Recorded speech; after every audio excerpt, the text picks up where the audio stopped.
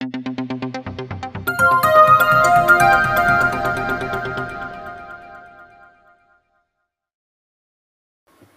दोस्तों, जय महाराष्ट्र।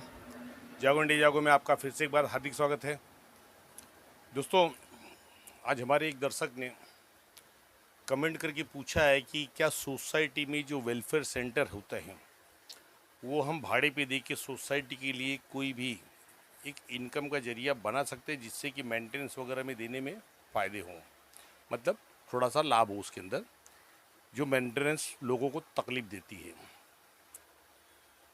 अब ये जो चीज़ें हैं, एक प्रश्न इनका ये था। दूसरा प्रश्न ये था कि जो 10 साल का क्राइटेरिया था वो अभी 5 साल का हो गया है, तो हमारी सोसाइटी में 6.5 साल हुए हैं, और इसके अंदर जो भी अगर उस कानून के अंदर में कोई काम करता है तो वो उसमें डीसीआर में लिखा है कि वो फ्लैट सरकार एसआरए ले लेगा। क्या ये सही है कि नहीं, उस बारे में हमें बताइए। तो दोस्तों, एक चीज़ मैं पहले बता देता हूँ। मैंने सेक्शन 3E सेक्शन 3E में पहले जो था 10 साल का क्राइटेरिया दिया गया था कि जो भी घर सरकार आपको मुफ्त योजना में दे रही है वो घर आप न बेच सकते हैं, ना भाड़े भी दे सकते हैं, ना मॉर्गेज कर सकते हैं।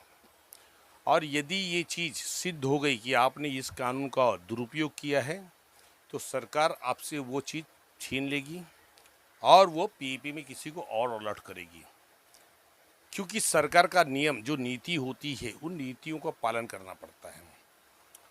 अब ये 2024 में, वो एक्चुअली 2023 के ये 2024 में जनवरी वगैरह के करीब में ही सेक्शन 3 में अमेंडमेंट हो गया है। मुझे प्रॉपर डेट याद नहीं आ रही उसकी। वो अमेंडमेंट में अब जो क्राइटेरिया 10 साल का था उसे 5 साल कर दिया गया कि 5 साल बाद आप घर बेच सकते हैं, खरीद सकते हैं, मॉर्गेज कर सकते हैं, लोन ले सकते हैं, जो भी हो वो 5 साल का क्राइटेरिया क्लियर कर दिया गया। अब यहाँ सवाल ये उठता है कि सोसाइटियों का मेंटेनेंस, तो दोस्तों अभी पिछली 2 वीडियोस मैंने बनाया था जो सोसाइटियों के मेंटेनेंस के ऊपर ही बनाया था। प्रॉब्लम ये है कि आप लोग प्रॉपर वीडियोस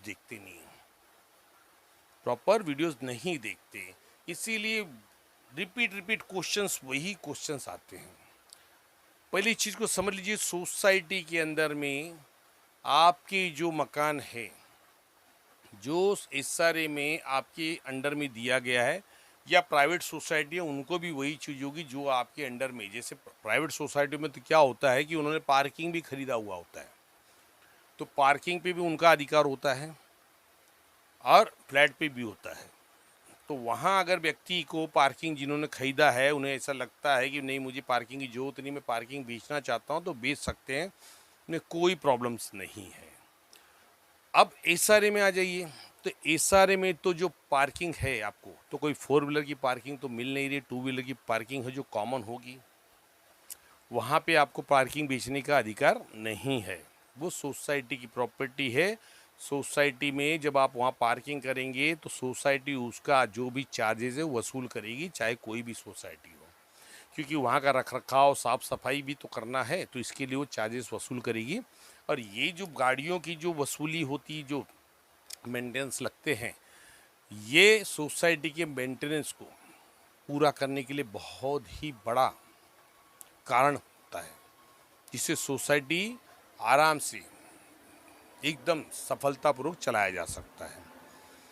अब आइए, सोसाइटियों के अंदर में समाज कल्याण विभाग द्वारा वेलफेयर सेंटर दिया जाता है, महिला कल्याण केंद्र दिया जाता है, बालवाड़ी दिया जाता है, ऑफिस दी जाती है, सोसाइटी की ऑफिस दी जाती है।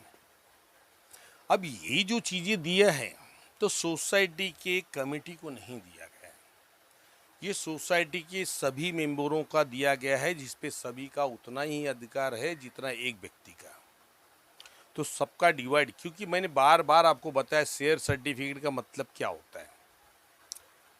शेयर सर्टिफिकेट का मतलब ये नहीं होता है कि भाई इस सोसाइटी में जो रूम है आपके पास, वो रूम का उतना परसेंटेज आपने शेयर लिया। आपका जो शेयर है आपकी सोसाइटी की जो प्रॉपर्टी है उसके अंदर की आप भागधारक हो, मतलब एक भागधारक हो। जैसे कि एग्जाम्पल में ले लीजिए कि आपकी सोसाइटी में 4 लोग हैं, मैं एग्जाम्पल दे रहा हूँ, आप इसमें मत सोचिए कि 4 लोग में सोसाइटी के, उसको लेने की जरूरत नहीं। ये जो भाग गुणा आप कर लीजिएगा। तो 4 लोगों का है तो आपने जो शेयर खरीदा है तो 25% की आप पार्टनर है वहाँ पे, आप भागधारक हैं। 25% जब भी वहाँ पे कोई कुछ करना होगा तो आपकी परमिशन लेनी होगी।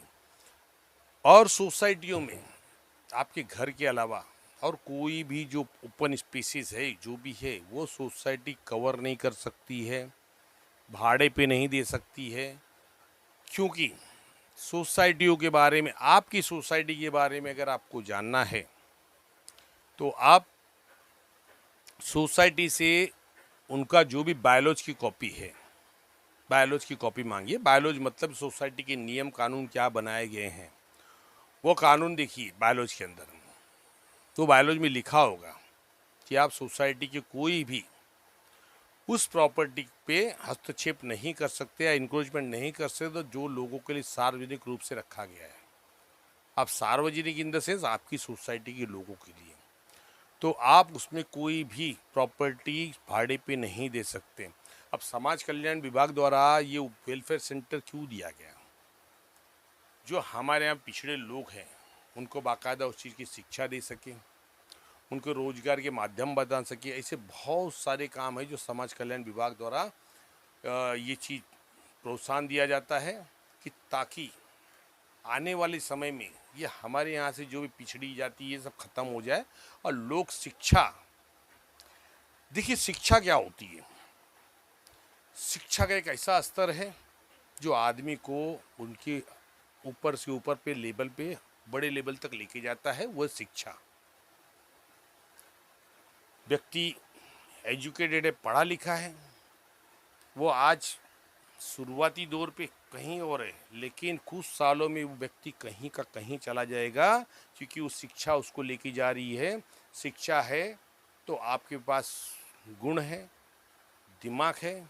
अब ये मैं नहीं बोलता कि जो पढ़ा लिखा नहीं वो शिक्षित, वो उसके पास दिमाग नहीं, दिमाग होता है लेकिन पढ़े लोगों के पास जो दिमाग है वो उनके पास नहीं होगा जो अनपढ़ लोग हैं। अब जैसे एक व्यक्ति इंजीनियरिंग कर रहा है, एक व्यक्ति इंजीनियरिंग डिपार्टमेंट में मतलब इंजीनियरिंग की पढ़ाई कर रहा है तो उसको उस लेवल पे पूरा ज्ञान होगा कि इंजीनियरिंग में क्या चीज़ कैसी होगी। अब एक मेडिकल की पढ़ाई करो तो मेडिकल के बारे में जानेगा। तो ये अलग अलग क्षेत्र हैं, उस क्षेत्र में वो अपनी काबिलियत के ऊपर चलते हैं। तो ये समाज कल्याण विभाग हमारी सोसाइटियों में इसलिए उनको यूनिट दे रहा है कि हमारी सोसाइटी में जो भी पिछड़े लोग हैं उनके बच्चों को वहाँ पे अच्छी शिक्षा और जो भी व्यवसाय के तरीके सिखाए जाए ताकि आने वाले समय में वो किसी भी आश्रित न रहे, वो किसी भी निर्भर ना रहे, वो स्वयं को डेवलपमेंट कर सके।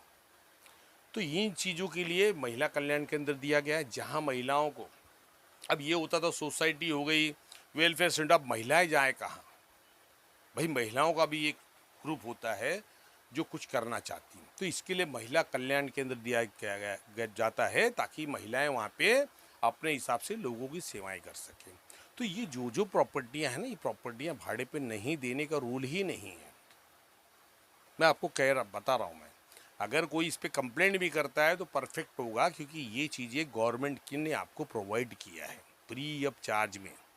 आप उसको इनकम का माध्यम नहीं बना सकते, इनकम का माध्यम नहीं बना सकते हैं। सोसाइटियों के बारे में अगर आपको जानना है, मैंने कहा बायोलॉज निकालिए, आपकी सोसाइटी की बायोलॉज क्या है उसको पढ़िए। हर चीज़ बायोलॉज में रहती है क्योंकि बायोलॉज ऐसा नहीं है कि सोसाइटी बना के देती है। हमारे यहाँ पे जो बायोलॉज की फॉर्म्स है, फॉर्मेट, वो फॉर्मेट से ही बायोलॉज बनाया जाता है। उसके अंदर आपका जो 1-2 अच्छे पॉइंट्स है या 5 पॉइंट्स है आपको इंक्लूड करना पड़ता है कि भैया हमारी सोसाइटी एक्स्ट्रा ऑर्डिनरी क्या करेगी जो लोक कल्याण में होगा, जो लोक कल्याण में हो, तो वो बायोलॉजी में डाला जाता है जिससे आने वाले समय में अगर आपके बायोलॉजी में तो वो काम भी आप कर सकते हैं। तो बहुत सारी चीज़ें हैं, सोसाइटी को समझना चाहिए। आज मैंने उस दिन की वीडियो में यही कहा था कि जो सोसाइटियों डेवलपमेंट में हैं, अब उन सोसाइटियों के पास फंड कहाँ से आता है, इस बारे में हमने पूरा डिटेल बता दिया है। अब मुझे नहीं लगता कि उस बारे में मुझे बताने की ज़रूरत पड़ेगी, उस बारे में बताने की ज़रूरत पड़ेगी। और दूसरी चीज़, सरकार की नीति के खिलाफ अगर आप जाओगे तो भैया वो निश्चित 100% वो गलत होगा। इसमें किसी की एडवाइस लेने की ज़रूरत नहीं है कि हम बता रहे हैं, आपको बचाव का पक्ष नहीं मिलेगा, क्योंकि जो वेलफेयर सेंटर है, वो जो वेलफेयर सेंटर है वो सरकार ने आपको नहीं दिया, कि नहीं सोसाइटी को दिया है, यहाँ पे जो भी मैंने बताया वो कार्य करने के लिए। बाकी आपकी पर्सनल प्रॉपर्टी नहीं है, आप उसको भाड़े पे दे के सोसाइटी चलाने के लिए नहीं दिया गया आपको। इवन आपका जो पैसेज है, आपके जो पैसेज आते हैं, जो एक्सेस एरिया होती है बिल्डिंग के नीचे का, वहाँ पे भी कोई चीज़ बना के आप भाड़े पे नहीं दे सकते। इस बात को समझिए आप, सोसाइटी का रूल है वो, क्योंकि वो सभी की संपत्ति है जो लोग सोसाइटी में है। आप वहाँ पे रेजुलेशन भी नहीं कर सकते हो, क्योंकि रेजुलेशन भी करेगी तो भी सोसाइटी गलत होगी कि ये रूल में नहीं है। सोसाइटी का रेजुलेशन का मतलब क्या होता है, कुछ चीज़ें सोसाइटी को छूट दी जाती है। हर चीज़ छूट नहीं जाती कि आप वहाँ पे प्रस्ताव पास कर दोगे, भैया हमारे एक्सेस में पीछे का एरिया हम बना लेते हैं, नहीं होगा, वो इलीगल माना जाएगा, क्योंकि वहाँ पे सरकार के नियम के हिसाब से ही करना पड़ेगा, अदरवाइज नहीं कर सकते। मैंने इसीलिए कहा बार बार, सोसाइटी अगर अच्छी है तो लाइफ टाइम सोसाइटी को मेंटेनेंस के लिए नहीं भागना पड़ेगा। क्योंकि यहाँ क्या होता है कि सोसाइटियों के पास मेंटेनेंस भरने के लिए पैसे नहीं रहते, लेकिन जो सोसाइटी की पदाधिकारी, जो प्रबंधक समिति में होते हैं, वो माला माल हो जाते हैं। तो सोचिए वो पैसे कहाँ से आते हैं, वो आपके सोसाइटी के पैसे थे, लेकिन उन्होंने सिर्फ अपने फायदे के लिए अपने पास रखा। वो चाहते थे तो सोसाइटी को भी मजबूत कर सकते थे। जब भी एसआरए आता है, तो एसआरए आता है तो भैया 40,000 रुपया तो एसआरए ने रखा है कि आपको मेंटेनेंस चार्जेस भरना है। लेकिन क्या सोसाइटी अलग से प्रस्ताव नहीं रख सकती है कि भाई 40,000 में हमारा मेंटेनेंस होगा कैसे? इसलिए बिल्डर प्रत्येक व्यक्ति के नाम पे 1-1 लाख रुपया हमारे अकाउंट में जमा कराएगा, जिससे हम यहाँ पे जो भी मेंटेनेंस को क्लियरेंस कर सकें। सोलार सिस्टम बिठाया जाए, ताकि सोलार सिस्टम की वजह से हमारे यहाँ पे जो भी लाइट बिल्स आ रहे हैं, किसके घर के नहीं, सोसाइटी के एक्सेस में जो हमारे लाइट्स वगैरह चल रहे हैं, तो उसके अंदर हमको बचत मिले। चलिए मैं ये कहता हूँ कि भाई अब सोलार सिस्टम में 3 प्रकार के हैं, एक बिना बैटरी का है, एक बैटरी का, एक लिथियम वाला है। तो बिना बैटरी का जो है उसके अंदर दिन में तो आप चला सकते हैं, दिन में 5-6 बजे तक तो चल जाएगा ना, तो कम से कम आधा दिन तो आपको राहत मिली। शाम के टाइम पे फिर आप भाई जो इलेक्ट्रिसिटी है उसके ऊपर चलाइए, आपकी लिफ्ट वगैरह सब चलाइए, दिन भर इस पर चलने दीजिए, तो आधा आपको बचत मिला। अगर नहीं है तो आप बैटरी वाला लगा दीजिए। बैटरी वाला कम से कम 15 केजी के ऊपर लेते हैं ना, 15 से 20 केजी का, तो आपका लिफ्ट वगैरह, गीजर वगैरह, एसी वगैरह सब चलेगा। तो इसको समझिए, सोसाइटी का मेंटेनेंस कैसे कम करे कि एक इन्वेस्टमेंट। अब देखिए बहुत सारी सोसाइटियां हैं, वो सोसाइटी क्या करते हैं कि हर महीने हम मेंटेनेंस क्यों दें, तो आपस में एक रेजुलेशन बनाते, प्रस्ताव रखते कि भाई सब लोग यहाँ पे 1-1 लाख रुपया जमा कीजिए सोसाइटी के अकाउंट में, अब इससे जो ब्याज आएगा तो हर महीने मेंटेनेंस भरा जाएगा, तो किसी को मेंटेनेंस देने की जरूरत नहीं पड़ती। अब बहुत सारी बिल्डिंगें तो ऐसे है जहाँ पे टावर्स वगैरह लगे हैं, तो भाई उनको तो वहाँ से भाड़े आ रहे हैं, तो उनके तो मेंटेनेंस वैसे ही निकल जाए, तो वहाँ मेंटेनेंस फ्री हो जाते हैं। तो ये चीज़ें समझनी चाहिए आपको, लेकिन आप किसी का नुकसान करके सोसाइटी का मेंटेनेंस नहीं चला सकते। आप सरकार की नीतियों के खिलाफ जाके सोसाइटी का मेंटेनेंस जमा नहीं कर सकते। सोसाइटी आपकी है, आपको सोचना पड़ेगा कि मेंटेनेंस कैसे निकाला जाए, कैसे लोगों को सुविधा दी जाए। जब सुविधा मिलेगी तो लोग मेंटेनेंस भी देंगे, तो सुविधा आपको देना है, जो कमेटी में बैठे प्रबंधक समिति बनाए ना। लेकिन देखिए यही चीज़ गलती कब होती है, अगर बिल्डर जब आता है उसी समय ये सब चीज़ किया जाए ना, तो आपके सोसाइटी के अकाउंट में पैसे होंगे, उस चीज़ को आप एफडी कर दीजिए, उसके जो ब्याज आएंगे उससे आपके मैटर चलते रहेंगे, आपकी एफडी पड़ी रहेगी। लेकिन वहाँ जो प्रबंधक समिति बैठती है उसको भाड़ में किया सोसाइटी, हमारा क्या है पहले वो देखिए, हमारी एफडी कितनी बढ़िया वो देखिए। सोसाइटी के बारे में कोई नहीं सोचता है। हर व्यक्ति सिर्फ अपने मकान और दुकान के बारे में सोच रहा है कि भैया मेरा दुकान कहाँ होगा, मेरा मकान कहाँ होगा, मेरा दुकान कब मिलेगा, मकान कब मिलेगा, कहाँ मिलेगा, बस इसी में व्यस्त है। लेकिन कोई व्यक्ति ये नहीं सोच रहा कि भैया मेरी सोसाइटी की जो मुझे मूलभूत सुविधाएं हैं वो कहाँ है, क्या बिल्डर मुझे प्रोवाइड कर रहा है तो कहाँ कर रहा है, क्या हमारे यहाँ पे जो डिवर्सन स्पेसेस है बराबर है, हमारी सोसाइटी की मन मर्जी से बनाया जा रहा है, क्या वेलफेयर सेंटर बालवाड़ी जो बनाया है बराबर है, क्या ऐसा तो नहीं कि बालवाड़ी बना दी अब तीसरे चौथे माले पे तो छोटे छोटे बच्चे जो बालवाड़ी जाएंगे वो पैदल चल के जाएंगे। तो बालवाड़ी भी तो एक ऐसी जगह पर आके भी उनको बच्चों को तकलीफ नहीं हो, समझ रहे ना। तो ये जो चीज़ें समझना चाहिए। जहाँ लिफ्ट है वहाँ कोई बात नहीं, लेकिन जहाँ लिफ्ट नहीं वहाँ क्या करेंगे बच्चे। तो ये सब चीज़ें आपको समझना है। अब आपकी पहले की नादानी अब भविष्य के लिए आपके लिए श्राप बन गई है। अभी आप कहेंगे कि भाई मैं क्या करूं, मैं तो उसमें प्रबंधक समिति में नहीं था। बताइए, दोस्त तो आपका भी है, दोस्त तो आपका भी है। ये दोस्त क्यों आपका है मालूम है? गलती आपकी इसलिए है कि आप वहां पे उस समय अनजान मुखदर्शक बन के बैठे थे, इसलिए यही गलती आपकी। अगर उस समय आपने आवाज़ उठाया होता तो आज ये नौबत नहीं आती थी कि हम हमारे यहाँ पे जो बच्चे जो बालवाड़ी जिनके लिए लिया गया है, वेलफेयर सेंटर जिनको लिए दिया गया है, सोसाइटी ऑफिस दी गई, महिला कल्याण, अब ये सब हम भाड़े पे चढ़ा देंगे तो भाई जगह कहाँ रहेगी? बच्चों को खेलने के लिए जगह कहाँ है? बच्चों को सीखने के लिए जो जगह कहाँ है? बच्चों को पढ़ने के लिए जगह कहाँ है? तो बहुत सारी चीज़ें होती हैं, लेकिन गलतियाँ आपकी है जो आप जागरूक नहीं होते हैं। और जागरूक हो के भी क्या करेंगे? आप लड़ना चाहते ही नहीं ना किसी से। भाई आपको लड़ना नहीं, आपको अधिकार मांगना है। अगर आप अधिकार मांगेंगे तो मिलेगा, अदरवाइज नहीं मिलेगा। अब फिर मुझे फ़ोन करके मैसेज करेंगे आप कि सर ये चीज़ ऐसी हो गई है, क्या हम ये भाड़े पे नहीं दे सकते? सोसाइटी की कोई प्रॉपर्टी नहीं दे सकते। आपके घर जो है ना वो भी जो रूल्स है 5 साल के बाद आप भाड़े पे दे सकते हो। ठीक है, ये अलग बातें हैं कि भाई इसके अंदर बहुत लोग अपने घर पे भाड़े दे देते हैं। कोई कंप्लेंट किया, नोटिस आती है तो भाई ओरिजिनल जो मालिक है वो घर पे बैठ जाता आके, भाई क्या है, मेरा ही घर है, मेरे रिश्तेदार आए हैं घर पे, आप कौन? तो वो अलग चीज़ें हैं। लेकिन रूल के हिसाब से 5 साल के बाद आपको तकलीफ नहीं होगी। तो नियम पालिए, सरकार का नियम पालना चाहिए, बहुत ज़रूरी है। सरकार का नियम आप पालेंगे तो सरकार की सुविधाएं जो है वो आपके लिए काम आएगी, आपके बच्चों के लिए काम है, आपके फ्यूचर में काम आएगा, आपके घर की महिलाओं के लिए काम आएगी। आज हम छोटी सी मीटिंग लेना है, हम सोचते भाई कहाँ लें, भाई हॉल में जाए तो वहाँ पे पैसे खर्चे हो, गार्डन में करे तो गार्डन में ये होगा कि भैया हमारी मीटिंग है, गार्डन में खड़े भीड़ लग जाएगी, लोग सुनेंगे, क्या करें, हमें तो गुप्त मीटिंग करना है, कैसे करें?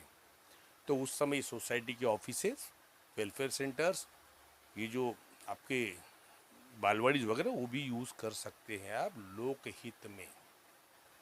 तो आपके लिए जो सुविधा है उस सुविधा को आप कैसे इग्नोर कर रहे हैं? तो इस चीज़ को समझिए दोस्तों। और इसीलिए आज मैं इस वीडियो के माध्यम से सबको ये हिदायत दे रहा हूँ कि जहाँ जहाँ आपके यहाँ इशारे चालू है और सोसाइटियाँ ये काम कर रही है कि सोसाइटी की प्रबंधन समिति जो है वो भैया गाड़ी में घूम रही है और सोसाइटी की अकाउंट में नीलबट्टा सन्नाटा है, तो वहाँ पे पहले ऑब्जेक्शन लेना चालू कीजिए कि भैया सोसाइटी के अकाउंट में पैसे नहीं तो सोसाइटी चल कैसी रही है, कहाँ से पैसे ला रहे हैं।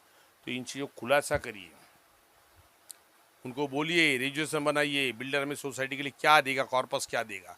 वो 40,000 रुपये हमारी लाइफ नहीं निकलेगी। यहाँ सरकार ने गलत किया है, 40,000 नहीं, यहाँ 2 लाख रुपये रखना चाहिए था।